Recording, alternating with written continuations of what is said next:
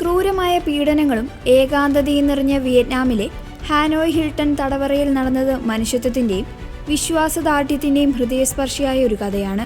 സഹതടവുകാർക്ക് ആശ്വാസമേകാൻ സ്വന്തം പ്രഭാതഭക്ഷണം ത്യാഗം ചെയ്ത് ജപമാലകൾ നിർമ്മിച്ച ഒരു കത്തോലിക്ക വിശ്വാസിയുടെ ധീരതയാണ് ഇപ്പോൾ ചർച്ചയാകുന്നത്.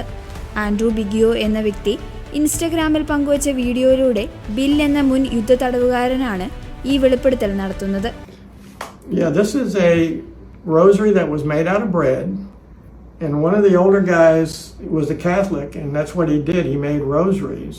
So we got a piece of bread in the morning to eat for breakfast, and he would take part of that and pull the string from his blanket and make this rosary. And he stole a pen with ink and he colored it, and he would make this. And as new POWs would come in that were Catholic, he would risk his. തടവറയിൽ ഓരോ ദിവസവും രാവിലെ ലഭിക്കുന്ന പരിമിതമായ ഭക്ഷണത്തിൽ നിന്നുള്ള ഒരു കഷ്ണം റൊട്ടിയാണ് ജപമാല മണികൾ നിർമ്മിക്കാൻ ഇദ്ദേഹം ഉപയോഗിച്ചിരുന്നത്.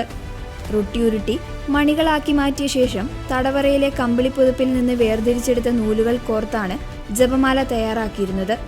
മോഷ്ടിച്ചെടുത്ത ഒരു പേനയിലെ മഷി ഉപയോഗിച്ച് ഈ മണികൾക്ക് നിറം നൽകുകയും ചെയ്തിരുന്നു. പുതുതായി എത്തുന്ന കത്തോലിക്കരായ തടവുകാർക്ക് ഇദ്ദേഹം ഈ ജപമാലകൾ എത്തിച്ചു നൽകിയിരുന്നു. തടവറയിലെ ജനാലകളിലൂടെ ഇത് അകത്തേക്ക് എറിഞ്ഞുകൊടുക്കുകയാണ് പതിവ്.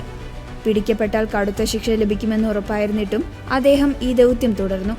എനിക്കും അത്തരത്തിലൊരു ജപമാല ലഭിച്ചു. തടവറയിൽ നിന്ന് മോചിതനായി വരുമ്പോഴും ഞാനത് ഭദ്രമായി കരുതിയിരുന്നുവെന്നും ബിൽ വീഡിയോയിൽ പറയുന്നുണ്ട്. രോഗികളും പരിക്കേറ്റവരുമായ തടവുകാരെ ആദ്യം വിട്ടയച്ചപ്പോൾ പരിശോധനകൾ കർശനമല്ലാത്തതിനാൽ ഈ ജപമാലകൾ പുറത്തെത്തിക്കാൻ തടവുകാർക്ക് സാധിച്ചു. ലക്ഷക്കണക്കിന് ആളുകളാണ് ഇതിനോടകം ഈ വീഡിയോ കണ്ടത്.